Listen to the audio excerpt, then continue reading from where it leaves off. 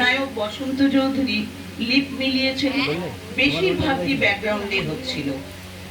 গানটি অসাধারণ, কথাগুলিও গানটির অসাধারণ, শব্দচয়ন এত সুন্দর, প্রত্যেকটি মানুষের মনকে সাড়া দেয়, আন্দোলিত করে। যে কোনো মানুষ এই গানটি শুনে নস্টালজিক হয়ে পড়েন।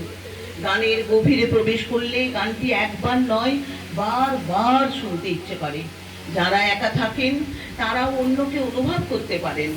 সুরকার এবং মিউজিক ডাইরেক্টরকে অসংখ্য ধন্যবাদ জানাই। সেই সাথে গানটি যিনি লিখেছেন তার শব্দ চয়ন এবং হেমন্ত মুখোপাধ্যায়ের ঈশ্বর প্রদত্ত গলা ও তার স্বরে মিলে এক ঐশ্বরিক সুর রচিত হয়েছে। এই সিনেমাটি আমার জীবনে প্রথম বাবা মায়ের সাথে দেখা সিনেমা।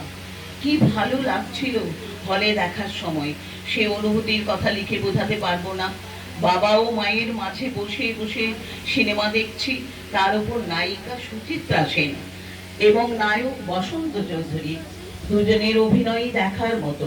তবে শেষ দৃশ্যে সুচিত্রা সেনের অভিনয় দর্শকদের চোখে জল এনে দেয়। এই গানটি যখনই শুনি তখনই আমি বিষাদময়ী হয়ে উঠি। তবে এই গানটি বাবারও খুব প্রিয়, এত প্রিয় ছিল যে বাবার ঘুম না এলে বাবার চুলে বিলি কাটতে কাটতে এই গানটি আমি অনেকবার গাইতাম, তখন বাবা ঘুমিয়ে পড়তেন। বাবা নিজেও এই গানটি খুব ভালো করে গাইতেন, বাবা ভালো গায়ক ছিলেন। আমার স্বামী নরেশ গিরিরও এই গানটি খুব প্রিয়। গান অনেকগুলো, বিনীত রজনী এই গানটি গেয়ে কাটিয়ে দিয়েছেন। গানটি শুনতে শুনতে অসাধারণ কবিতাও লিখেছেন।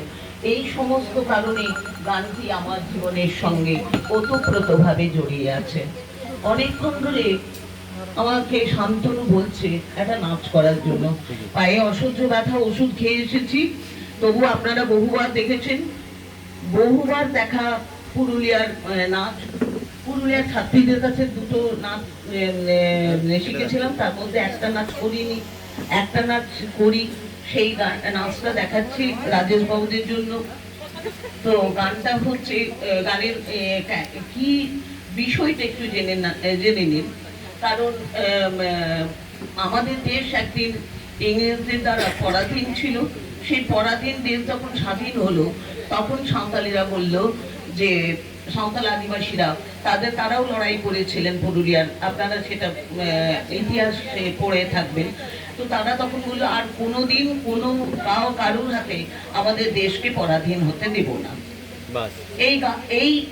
এইটা হচ্ছে মূল বিষয়, আমি সংক্ষেপে বললাম। আর গানটা হচ্ছে সাঁওতালি গান। তো গানটা আমি গেয়ে গেয়ে করছি। এখানে আসুন, এখানে গলা ধরে গেছে তবুও করছি, যেহেতু রেকর্ডিং করা নেই। গানটা আগে গেয়ে নিই।